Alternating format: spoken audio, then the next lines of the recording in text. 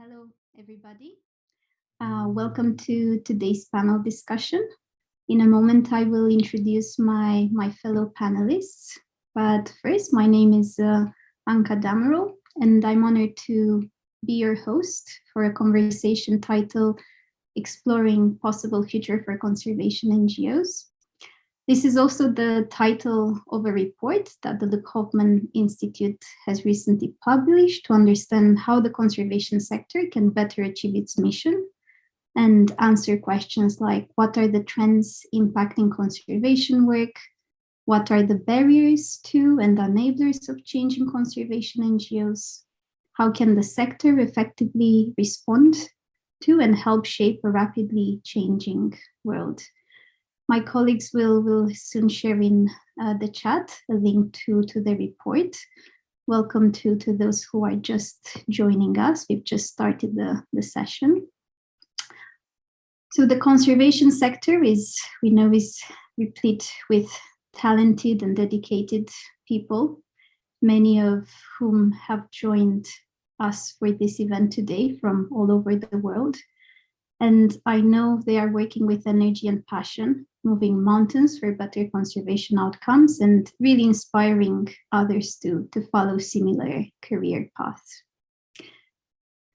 However, we know that despite all these well-intentioned efforts, we are really facing an increasingly complex and demanding decade.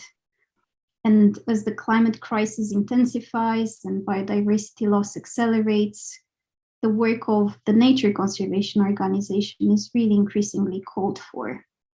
And the scope is widening too.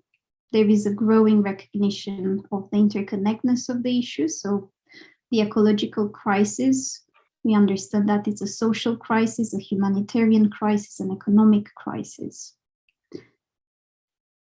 Authored by Barney Talak, Tosca Bruno van Feiken, with additional contributions from Marcelo Furtado and Martin Kalungu Banda, this report we are here today highlights trends, both internal and external, that are impacting and really shaping the sector. This report provides potential pathways to address the structural and systemic patterns at play within the sector that are impacting the effectiveness of conservation. The report talks about the need to dismantle the existing power structures to address the legacies of discrimination, equalize voices, knowledge, and resources, reframe narratives, and challenge the approaches and structures that perpetuate the existing socioeconomic disparities, as well as the need to change mindsets within conservation NGOs. So ultimately, a truly transformational change is first and foremost about culture and mindset shift. Moving on, the report proposes 15 bold and innovative ideas. We can have the next slide, thank you, around how conservation NGOs can shift towards possible new roles. And each proposition is filtered through a lens that captures our fast-changing world and offers a specific scenario. It's important to understand that neither of these lenses are exhaustive nor mutually exclusive. They propose future roles that are intended just as a starting point for new thinking and discussion. And the publication of this report and this very webinar are part of the Luc Hoffmann Initiative, The Future of Conservation NGOs, that aims to reimagine the future of conservation NGOs by engaging with a variety of stakeholders to get different ideas, different inputs. And as we progress with this initiative, we would really like to open the conversation to include even more people and collectively rethink a better future, to challenge the status quo, to push the boundaries of conservation models. And most importantly, we are determined to take these ideas into action and not stop here. So we are really thrilled to have you with us at this moment as part of today and as part of the longer journey. And before I introduce the panelists, I wanted to go through some very quick housekeeping aspects. So this session is going to be recorded, and we plan to put it up online in the next few days, so you can share it with your colleagues and more broadly. Please also feel free to use the chat to send your LinkedIn profile, get connected with people, and continue this conversation. I see that people are already starting to engage. I will moderate the initial round of discussions with the panelists. This will take about 30 minutes, and then I will relay questions from the audience. So throughout this talk, please use the chat to raise questions as you hear something that interests you, that you want more information on. We have a team that will select some of these questions, and I will relay it in the second part to the panel. So we want this to be as interactive as possible. Please engage each other directly via chat as well. So it's now time to turn to our panel. I have tremendous respect and admiration for our panelists. I will start with Tosca Bruno van Vijken. Welcome, Tosca. Tosca is one of the lead authors of the recently published report that you are all here today for. Tosca is an independent consultant.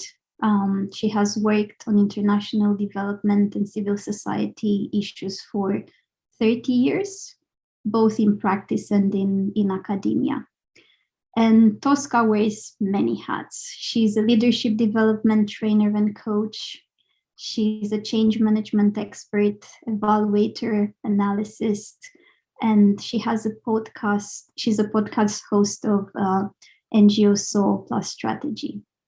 She's also an esteemed author, and you can find in the chat box a book she recently co-authored with contributions from Barney Talak, one of our other panelists. And this book is actually highly relevant for this conversation and the one that really attracted me and inspired this report today. We also have with us Ameyali Ramos. Hello, Ame. Welcome. And Ame, for over 15 years, she has worked with Indigenous people and local communities on a range of issues, including environmental governance, sustainable livelihoods, agroecology, human rights, and many other topics. Her background is in social and environmental governance, and her passion is in providing Indigenous people and local communities with support necessary for them to continue to care for their territories and ways of life in their own terms. She's the International Policy Coordinator for the ICCA Consortium, and she's also the Deputy Chair for the IUCN Commission on Environment, Economic and Social Policy. So welcome, Ame. And Sean Saba Takerdeen, welcome. Sean is a conservationist and anthropologist who has spent close to a decade working to uplift nature, people, and their well-being.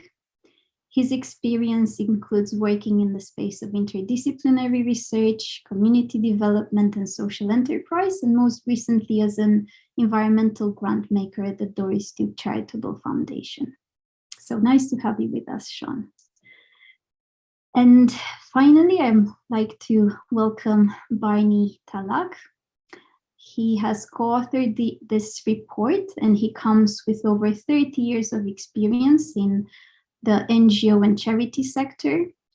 He has been leading and supporting strategy and transformation processes across very large through to small NGOs from a wide variety and diversity of sectors. So nice to have you with us today, Barney, and welcome to all our panelists.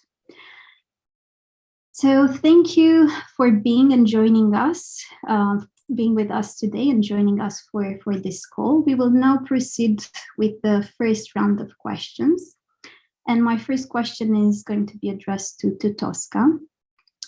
So I'm very curious about your experience as one of the lead authors of the report. What emerged again and again throughout your research work as the most urgent issues and the challenges that are impacting the conservation NGOs' effectiveness, the ones that the NGOs must immediately address? Thank you, Anna. It's my honor to be here with you all.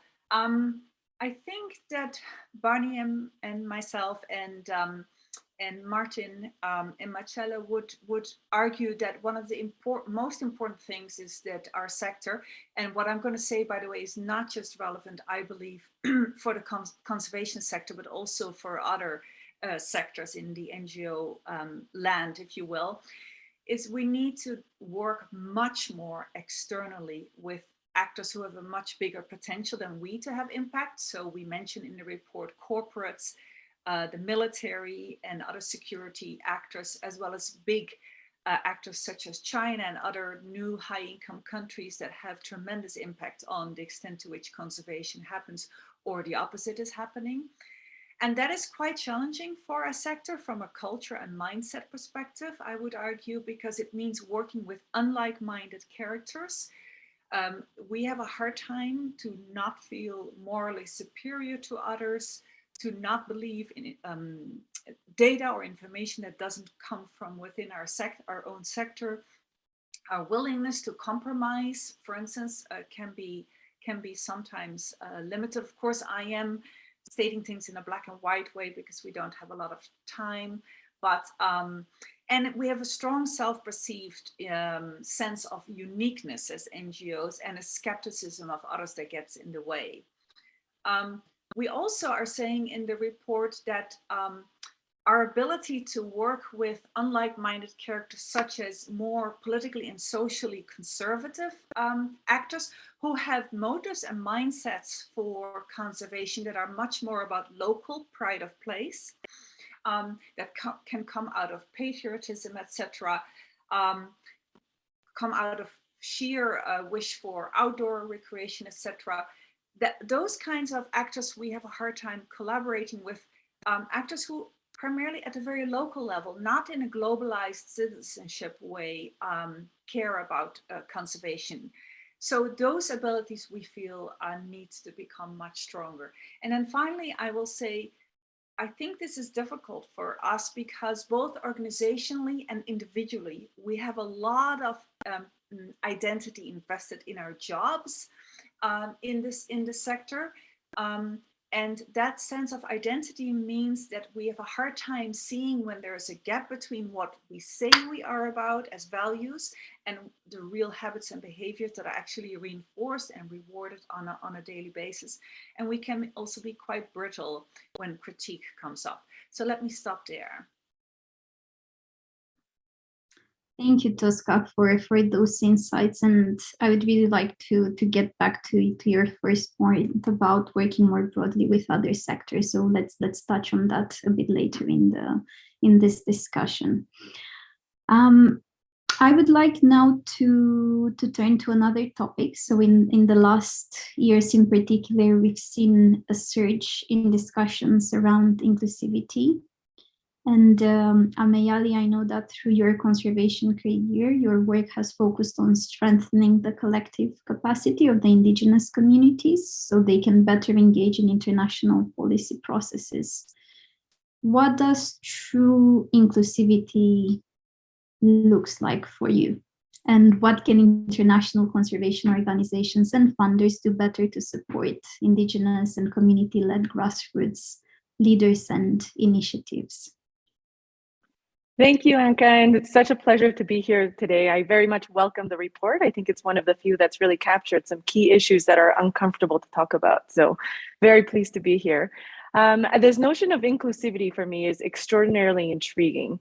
I think that while the intentions of how this notion came about are very noble and good, the actual process of implementation of what inclusivity looks like on the ground has been very bizarre.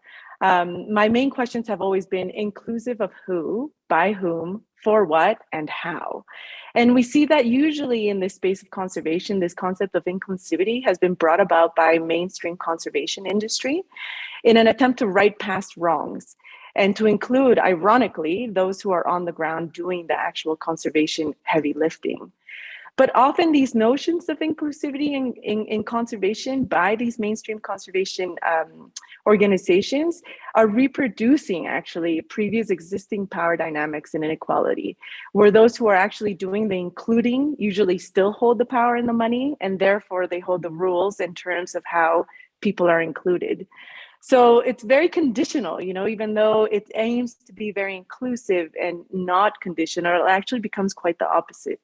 So for me, I think true inclusivity starts with self-reflection, what we were just speaking about earlier. It starts with deep listening, self-reflection, and really nurturing relationships and trust. It means understanding that communities are not homogeneous, that nobody really is homogeneous in the conservation sphere or even beyond. And it means supporting communities on their own terms to do the work that they want to do for themselves with their own governance. And for NGOs, this is kind of uncomfortable because it specifically means being willing to kind of take a step back or not even be one of the ones who is included. It means not being at the table, perhaps. It means sharing the power, really sharing the power. It means trust in putting your trust and our trust in the diversity and local solutions that come up. It really means kind of not being there. So it's kind of an ironic, push to include, and it might not even be under the term inclusivity. What I love about this term, though, is that it does invite us to think more critically and to kind of question ourselves and where we are positioned in the role we play as individuals, as organizations, and as agents of change in true inclusivity and conservation. Wow, thank you very much, Amayali. I think many in the audience will be able to relate to this point you've made. I particularly like when you said putting the trust in diversity and the point that you make about breaking the power structure. So maybe to build on that point, one of the key concerns that emerged from the report was the need to commit to addressing the underlying structural issues. So this power asymmetries, colonialism, legacies of discrimination and racism and patriarchy. So I'd like to turn to Sean this time. During one of our previous conversations, Sean, you described power and legitimacy issues as a veil of complexity that we must move through, and the need for fundamental rethink about power dynamics. So can you share some of your ideas for addressing the power imbalances and challenges conservation NGOs are facing? So how can we build true solidarity and put people and well-being at the center? Eek, Anca. I think I feel after this question I might need to call a friend, but I'll definitely give it a whirl. It's really such an important topic, and I'm glad this institution and folks around the world here too are really asking this question. I think one perhaps theoretical point that I'd want to make is that I think the conservation sector doesn't always necessarily recognize the challenge presented to itself. I think, as one of my former colleagues joked, y'all in conservation are supporting people and nature. That's like the whole world. And I think we in the conservation sector kind of have to some extent, a potential hubris about this, but I think even as we're motivated by it, the sector hasn't necessarily acknowledged some of the nuance about how that happens. I think all of our work for nature happens through and by shifting social systems. And I think that point is essential, because lest we forget that people and social systems are absolutely fundamental to our work and not merely a consideration. So I think that kind of the reckoning and reflexivity going on here and in places is essential to that reset. And to me, that means, at least, that conservation must absolutely respond to these legacies of colonialism, patriarchy, and racism.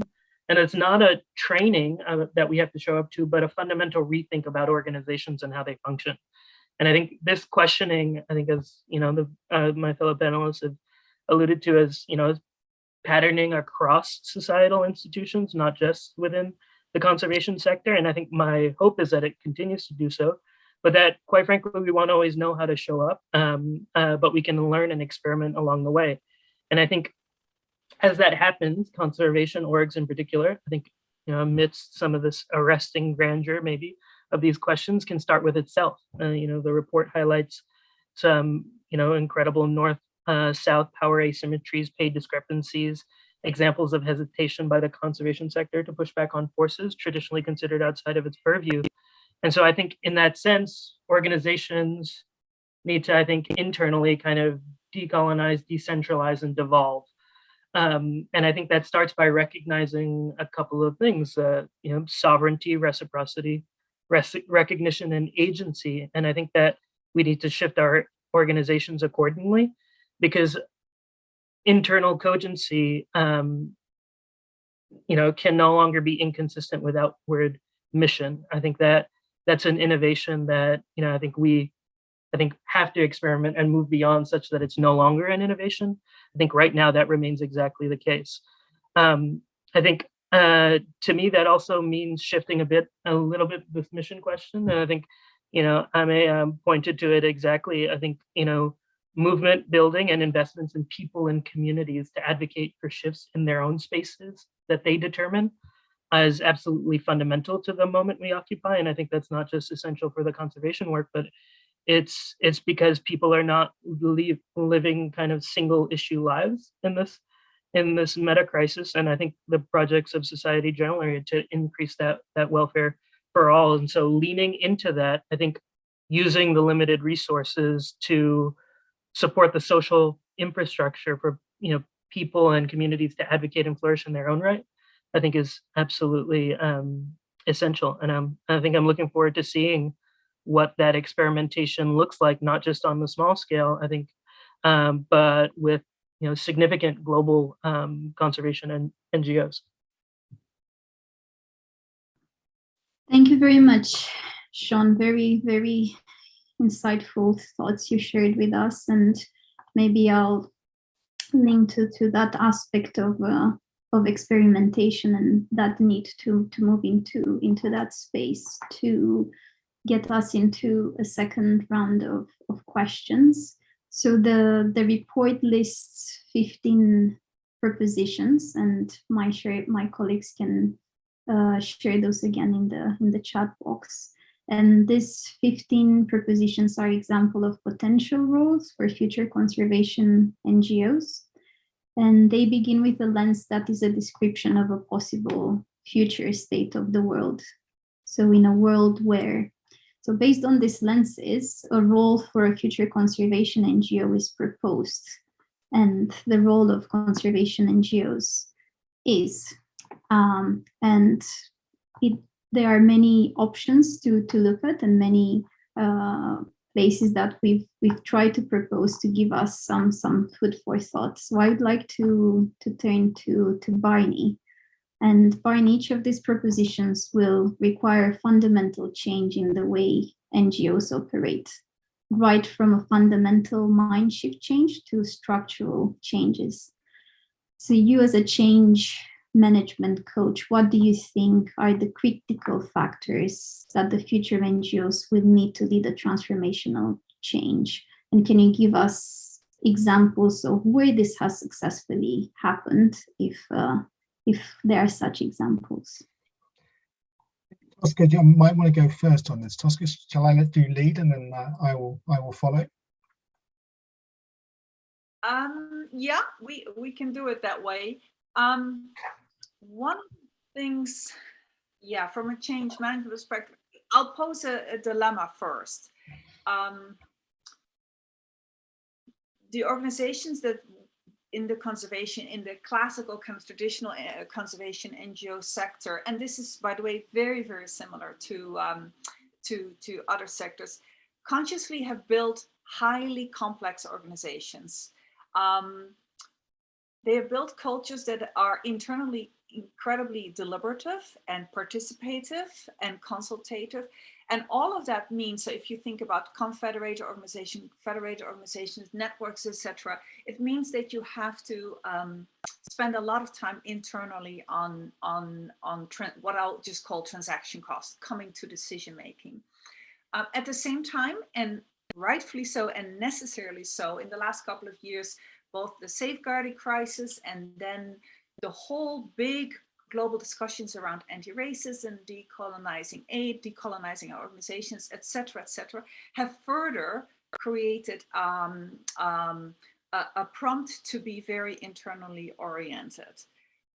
Our report, and when I interact with leaders and I ask them how much of your calendars are in the conservation NGO sector and in other sectors are occupied by internal, inter-organizational discussions, they'll tell me 85 to 90%. In the meantime, the external world keeps going to hell in a handbasket, as somebody said the other day. And so for me, a real dilemma is if we want to get better at working more externally with larger actors than ourselves, even if we do not necessarily agree with their motives or mindsets, etc., always, but we think we can find ways of both scaling up impact, but also convening them, influencing them, door convening with them and with other actors such as indigenous peoples organizations, etc. How are we going to create the space to be more externally focused so that we can be more better at external collaboration? So that would be one answer, or a dilemma actually that I'm still struggling with myself. How about you, Barney? Yes, I'm slightly more brutal even than that, which is what I see is particularly northern NGOs, conservation and other, so internally focused that maybe we've lost sight of just, we know what the challenge is getting bigger, but maybe we've lost sight of our relevance, and we haven't questioned our role. And I sometimes say it's a bit like polishing the steam engine. We're doing that when actually steam engines are no longer what was required or shouldn't be required. And so that ability to basically, change mindsets, have boards, leadership teams, people dotted around through the organization, thematic experts, etc., willing to accept that, we're not unique. Our organization isn't unique. We're not the unique expert, which means we can drop stuff, which means we can set up new things. I think one of the things I've seen certainly in the last 10 years or so is more of a willingness to say it isn't all about us, it isn't all about our particular organization, and actually setting up things which might be co-owned. So there's a number of much smaller agencies or NGOs focused on very particular either themes or data collection. A great organization that I've seen that plan set up, not conservation, which basically provides data for any advocacy organization that wants to campaign on particular rights. That's its job. Doesn't do anything else. That's it. So I think those sorts of ideas, and spin-offs being one example, I think that's where we need to go if we're going to be more effective. And I just want to pick up on a question in the chat, because someone said, if we've got corporates coming into that space, and we're talking about working with corporates in the report, I don't think they're coming in to take our space. I think the space is so huge, it's not a zero-sum game. And so actually, we've got to be thinking, we've got to get over ourselves, as I sometimes say, and work with these other actors. Wonderful. Thank you both, Tosca and Barney. And I really like how you put polishing the steam engine. And in the interest of steering away from that, I'm wondering also what's the role of philanthropy in this space and how it's maintaining that as well. So I would like to turn to you, Sean. As your last stint, you were part of the grant-making organization Doris Duke Foundation, and was wondering what are the big shifts that are reshaping philanthropy. donors generally dictate terms of engagement, and the conservation NGOs typically follow the funding. So how can conservation NGOs, especially the local community-led initiatives, manage to avoid this short-term project cycle trap? Yeah, well, I think I just want to start by saying that I think being in philanthropy for me was, I suppose, the most proximity to privilege that I've ever had. It was not quite living next to a bank vault, but it was pretty close, I'd have to say. I think sometimes it did feel honestly that we were trapped a little bit inside that vault, but as you say, there are some significant shifts in the world of philanthropy that I'm glad to see continue and accelerate.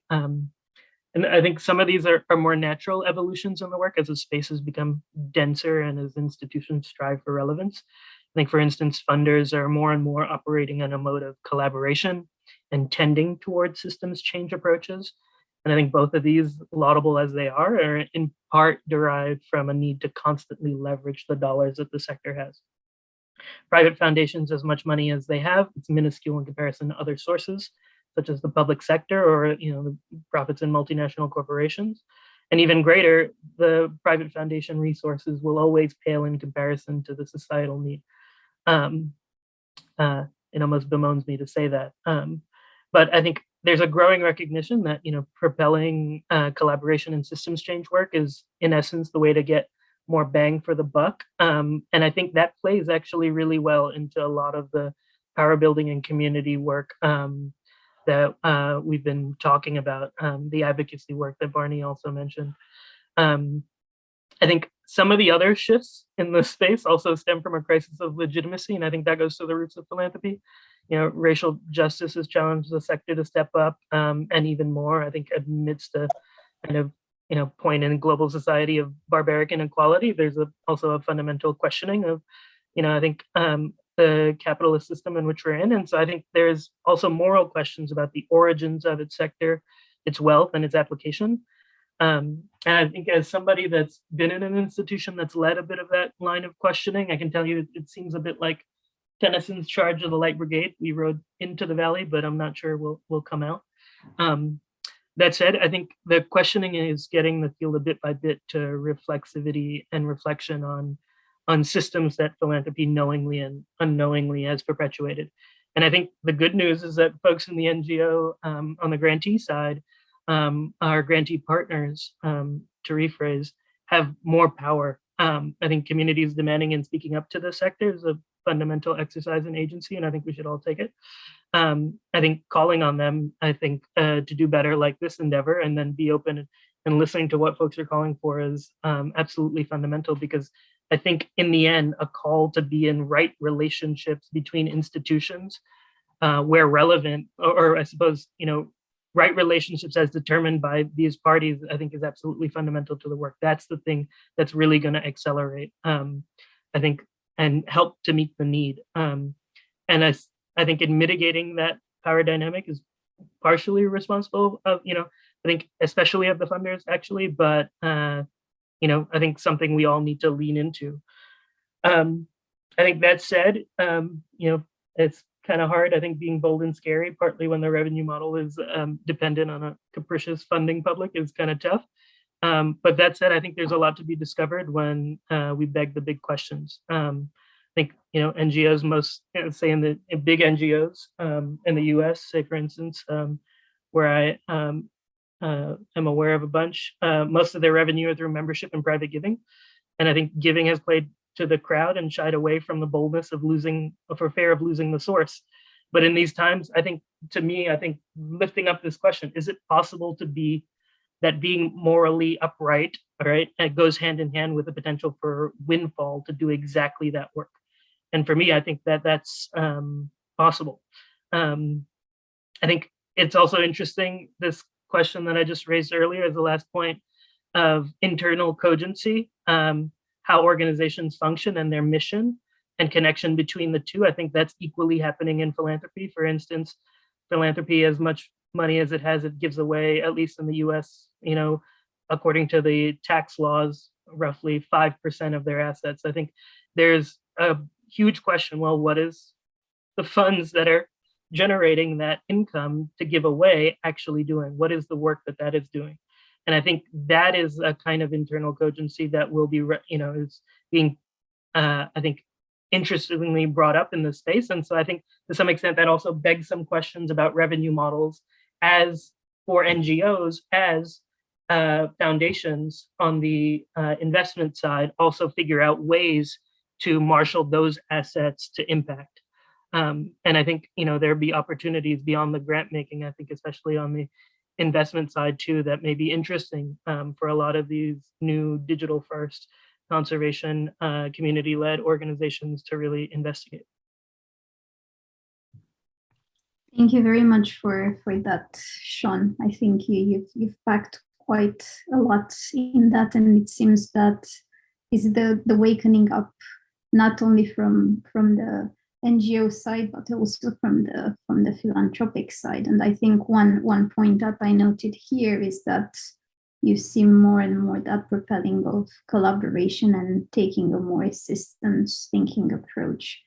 And maybe in that spirit, one of the key recommendations of the report was to build strategic collaborations and engage also with more non-traditional actors like the military, faith groups, the private sector, including banking, hospitality, extractive healthcare. So it seems that we need all hands on deck to tackle the social, ecological challenges that we face. So I would like to turn to Ame. And Ameyali, what are some of the radical ideas, initiatives you've come across in this space? How can we effectively work with non-traditional actors to harness the potential for true biodiversity, climate, and social gain? And I'm just wondering, if you're still with us, or we might have just lost her. Okay, might have some internet issues. I think we'll probably get back to that question, and I'll invite opening up the floor to take questions from the audience. I've seen that already we have quite a long list in the chat box. So maybe as a starting point, going back to Tosca and Barney with this point that Nwanga has made, what are the impacts that we've seen from the pandemic? It seems that the efforts of conservation NGOs are already regressing. And has the report considered the impacts of the pandemic in terms of how will these NGOs bounce back and then define the futures? And many NGOs have become or are becoming financially unviable. Is that a good thing? Is that a bad thing? How do we assess the impacts and help rebuild some of these NGOs if it's even desirable? So I would like to quickly turn to Tosca and Barney on this. Okay, maybe Barney, I'll start and then you want to jump in? Yep. So a couple of comments. The pandemic, yes, was definitely considered. I think nobody in the world can consider anything that happened in the last couple of years without thinking of the pandemic, right? The virtual ways of working that many NGOs immediately had to turn to, my sense is when listening to leaders and staff is that they do feel it has helped with, it has spurred further power shift in terms of making teams, global teams, more representative, in terms of empowering country teams in large global NGOs to have much more decision rights and decision roles, etc. It has made at least in their self-reporting to us as consultants, made them more inclusive. In terms of the financial losses, which have been significant for some, although interesting not for all. Again, this report, we were asked to write it particularly to focus on the global North-founded conservation NGOs. So that's what we did. My sense is that, as Barney already said, we think that there is a role for global conservation NGOs in the future, but it's probably a role that is much more about effectively collaborating with much bigger actors. It's about convening. It's about being a backbone maybe to a Global South founded and steered conservation network, for instance.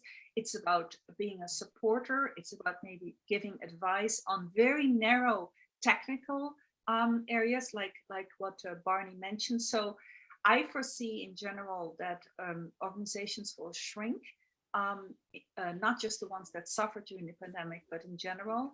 I foresee that we will need quite different staffing competencies and experience profiles, and generally a role shift towards a much more narrow mandate or role, such as being primarily active in our own countries of founding in terms of advocacy, domestic public education and fundraising as one example. So let me see what Barney, how do you want to jump in? Tosca, I think you've covered it well. I mean, again, I put things simply for my own benefit. I think the pandemic accelerated the challenges. I don't think it, in a way, it's presented a whole load of new left turn challenges that we have to deal with. The issues of relevance and NGOs ceasing to be as relevant, northern conservation NGOs ceasing to be as relevant as they were, as geopolitical changes happened, as different actors did different things. That was a problem that was there before and has been accelerated. The funding definitely is a problem that was there before. We'd seen the peak of funding, particularly from publics, and so that had happened before the pandemic, and that's been accelerated. And of course, the voice issue, or the raising the issues, particularly around biodiversity, which we read all the press and think it's top of mind, but it's not. And in that noisy world, so those are all things that I think are accelerating. And so this is maybe again a harsh view. From my experience, NGOs tend to change when there is an external forcing issue. And so we're less good at strategic change in terms of this is where we want to get to in the future. It's only when these things happen that we critically examine our role, because we have to, because the money's not there, or because people aren't talking to us. So I think we just have that. It's not so much a silver lining, but it is a moment. Never waste a good crisis. Use it as an opportunity to really make some more radical change. Wonderful. Thank you both for that. It seems that we get a lot of interest for particular questions that revolve around completely rethinking and opening the space around whether we think that NGOs need to continue and as a conservation structure. So do we need to see a future without conservation NGOs, and are there other worldviews that we could explore? This is a question that comes from Lebogang, which also made us aware that it's important to be aware of who we invite at the table, particularly at this webinar where we see that we're missing voices from Africa. Duly noted, Lebogang, and always trying to make the right steps ahead. So thank you for pointing that out. So this is actually a question that is open to all the panelists, and I invite any views. Do we think that we need to continue to perpetuate these NGO structures, and what might be some other potential future structures that we see and other worldviews that we could explore?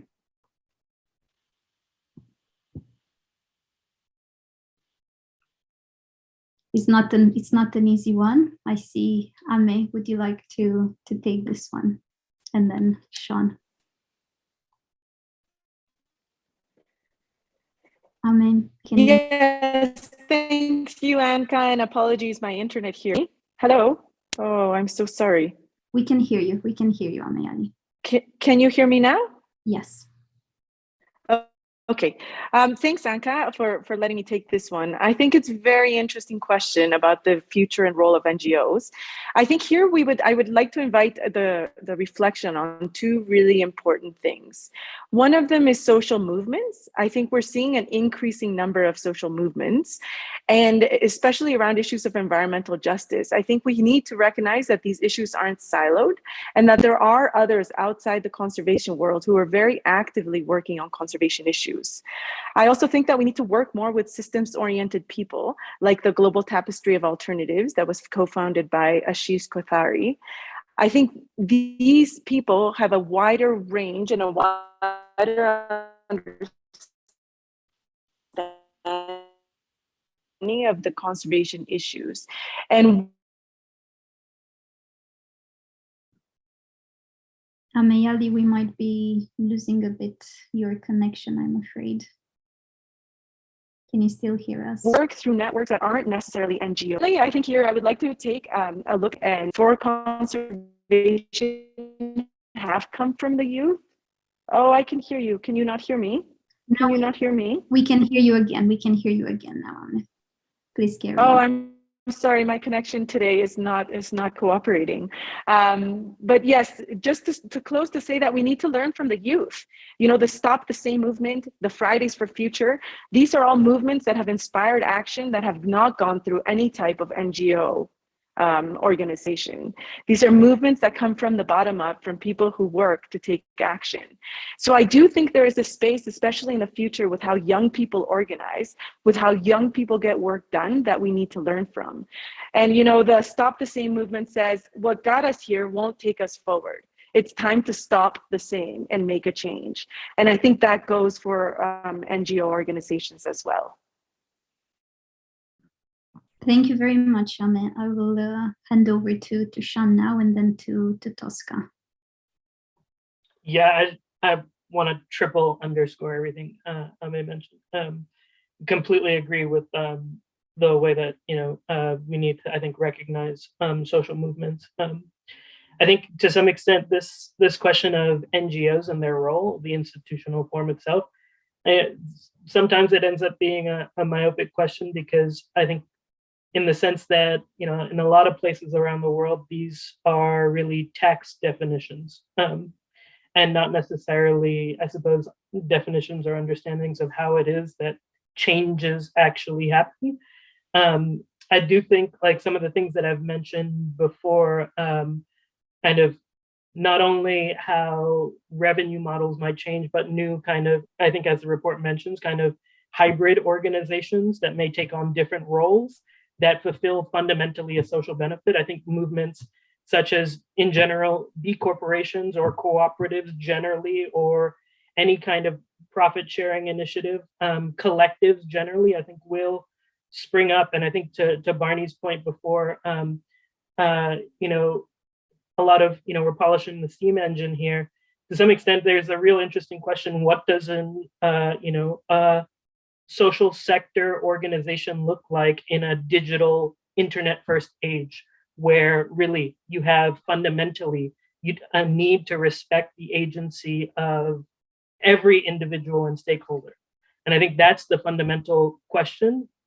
I completely agree with you, though. I think, you know, if we're doing our jobs right, we should be working ourselves out of a job. I think it's my hope that I might be able to do that in my lifetime, but I'm not necessarily sure.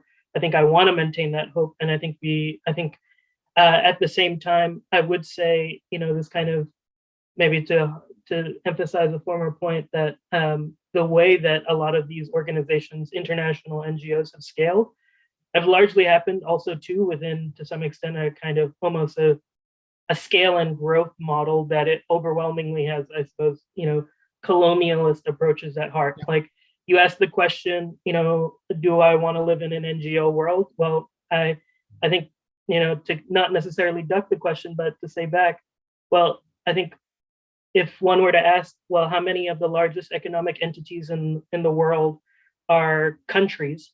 It turns out on the top 100 list, there are more multinational corporations that are the largest economic entities in the world than there are nations. That's not, I suppose, not necessarily the world that I think I want to live in. And so I think kind of shifting that and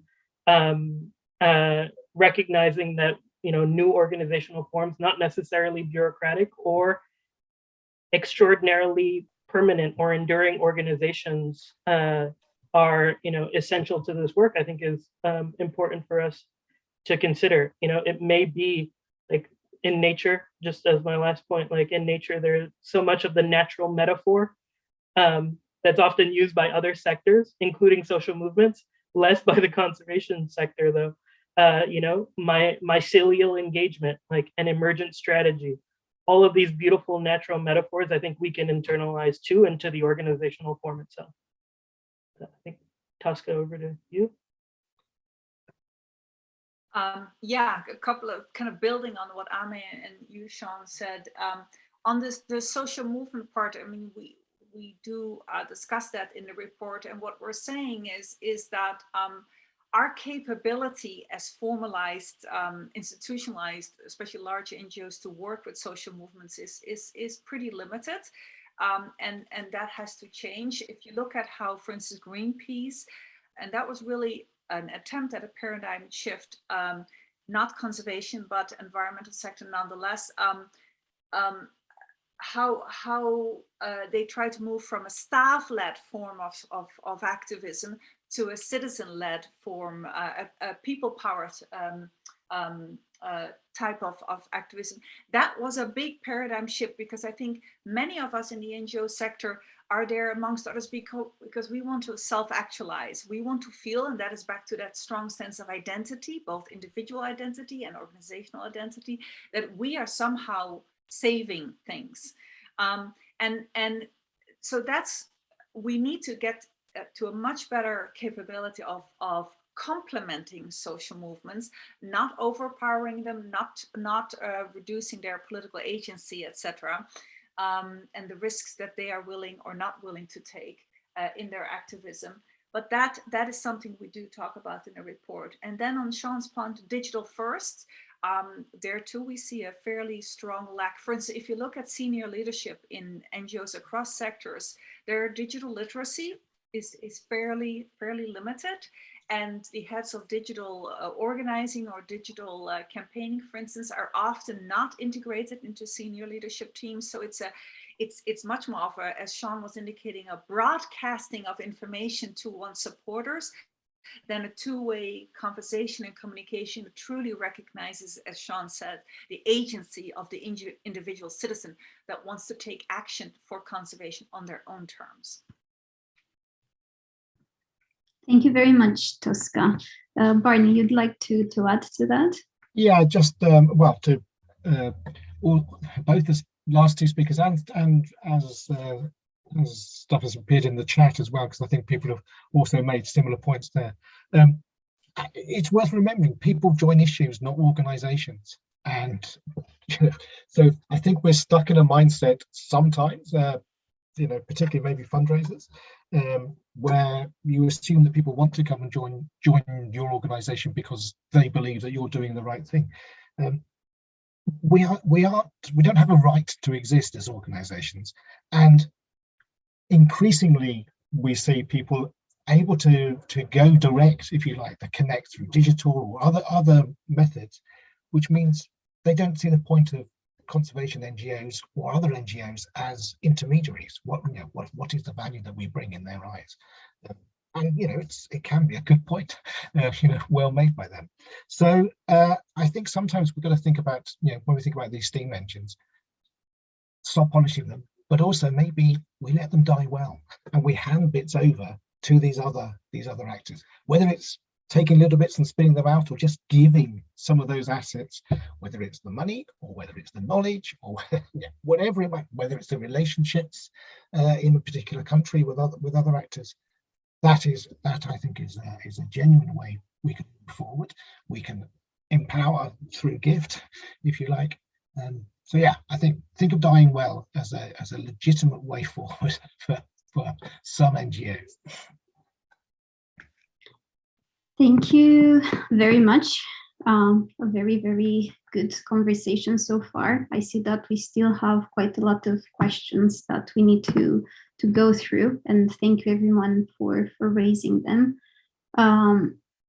I would like to suggest that we take a final question, and then we can move into the closing. So, but at the same time, I would like to acknowledge what one of the members of the audience said. That's Delphine Ganapon, who said that we also have to look around, that there are other non-NGO structures out there that have been sustaining, defending, and restoring the lands and the territories for many, many years, that the NGOs can learn from. And in this spirit, we really welcome people to reach out to us to put forward some of the structures that we can look into and put more at the forefront and start looking and exploring these options. So I would like to turn to all panelists with the closing question. So someone raised that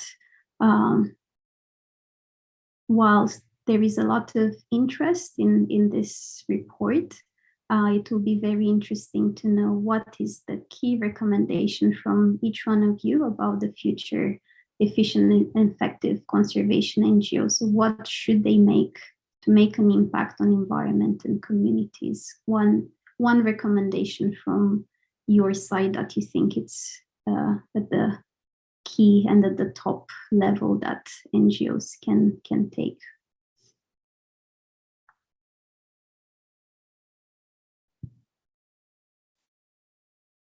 I'll give you a moment.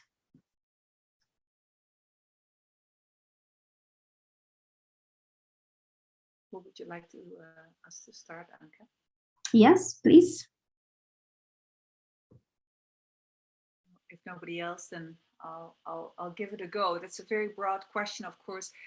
One answer could be is I think that senior leaders of especially large global North-founded conservation NGOs need to start preparing their staff that for certainly midterm, if not nearer future, where there will be many less people employed in those large global NGOs, conservation NGOs, where their mandate or role will be much more narrow. So for instance, as we said before, some form of advisory service, or very technically, meaning very, very specifically niche focused, that is only provided on request.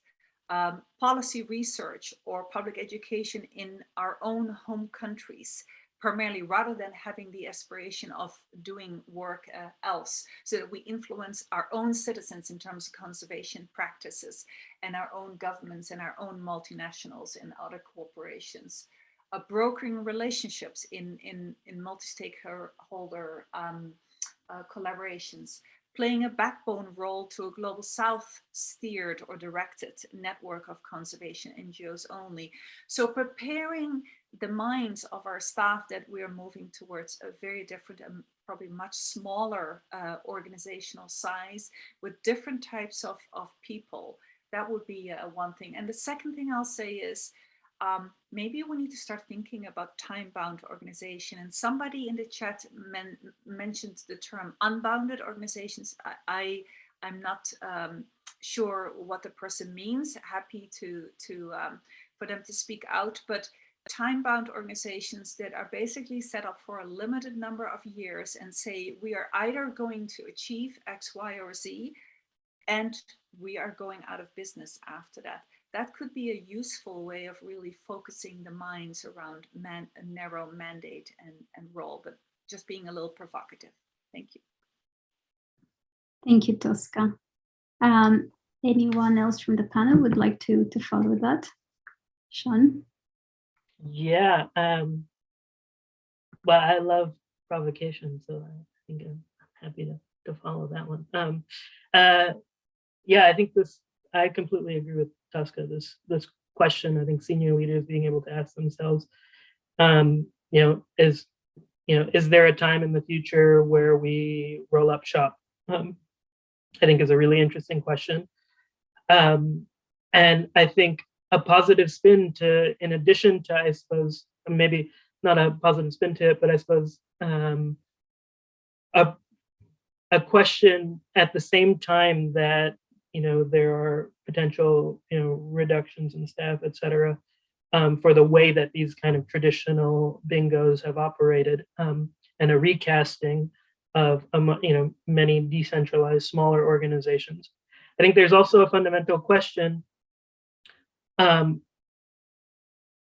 that is about agency of individuals within those organizations. I think we, in the conservation and NGO space, growth for growth's sake has been one, kind of mantra that we've followed. But at the same time, within that embedded, I suppose, an approach to hierarchy within organizations that aren't necessarily, I suppose, always conducive to the tasks at hand. And I think seeding and supporting, I think leadership, and I think thinking about not only time-bound organizations, but horizontal organizations are, I think, really important and conducive to the next generation of conservation works. Super, thank you, Sean. And I'm aware we are already two minutes over, so we will close in the next 2 minutes. Just taking the last very brief comments from Barney and Ameyali. Ameyali, I see you have your hand up. Would you like to go first? Yes, thank you very much, Anca. I'd just like to comment a little bit on the comment that Delphin posted in the chat, which I think he is absolutely right about, where he talks about conservation and environmental change is happening beyond NGOs. And I think it's a very important place for NGOs to recognize that they aren't the ones that are making conservation happening. Actually, it's happening everywhere in very local ways, in very proactive ways, by all kinds of people beyond just conservationists, by youth, by faith groups, by health workers, by everyone. And so I think it is an opportunity for global organizations and NGOs to become a lot smaller, like Pasca said, to be willing to die, like Barney said as well, to be willing to shift and change and recognize that conservation happens a lot of the time at the very local level. And it is at that level, in that small, very resilient way, that transformative change also happens. So how do we support that? How do we nurture that? How do we go beyond our ego as organizations and individuals to really proactively support that diversity and localization at the very local level? That's great, Anna. Thank you for that concluding remarks. And Barney, over to you briefly. Everything that's just been said, I thought that was said so well, and I can't completely support that. Maybe a process piece. I think in that framework that you've just described, in terms of there's all these other actors who do, from local to faith and even military, who have conservation as part of what they do. It's maybe not the totality of what they do, but it is in their mix. I think we've just got to be really critical, organization by organization, ask those other actors, what are we good at? What are we not good at? And when they give us the painful truths that we're not good at a particular area, or we're not good at showing up in a way that is respectful, or we're not good at, sharing power, then we got to do something about it and use that learning. Yes, become smaller, become focused, change how we operate, change how we respect others and their contribution and their role in the movement by changing our role in the movement. Amazing. Thank you very much. Thank you to all the panelists. Thank you for everyone who actively contributed to this discussion, the amazing questions that they raised that we are hoping to take forward in guiding our work, but also please reach out to us. We'll try to reach back to some of the people who raised questions and we weren't able to answer them. So in short, I hope you had a stimulating and there were some radical and thought-provoking thoughts that you can take away. I think now it's time to tell you just briefly about the next phase of this initiative, which is to launch an innovation challenge to surface and champion the innovators and ideas that contribute to radically reimagined conservation NGOs. and to create this enabling community in which we can challenge the status quo and push the boundaries of the conservation NGO models and allow for those actors that have, just as Amayali said, been there for such a long period of time, that they are the actors that have pushed for conservation, and they've probably done it much better than the NGO sector, to allow for that learning to happen, to allow for those new structures to emerge. So as we close the session of the day, I'd like to leave you with one question in mind. So what does it take, and how can we start to build a more diverse, a more just future for people and nature? And with that, I would like to thank you all for your participation today. And we will send an email with the link to the recording online. If you have any questions, please feel free to reach out. And my colleagues have already shared the page to the initiative and the email that we can be contacted on. So thank you once again, and thank you to the panelists and the amazing team that has been behind this.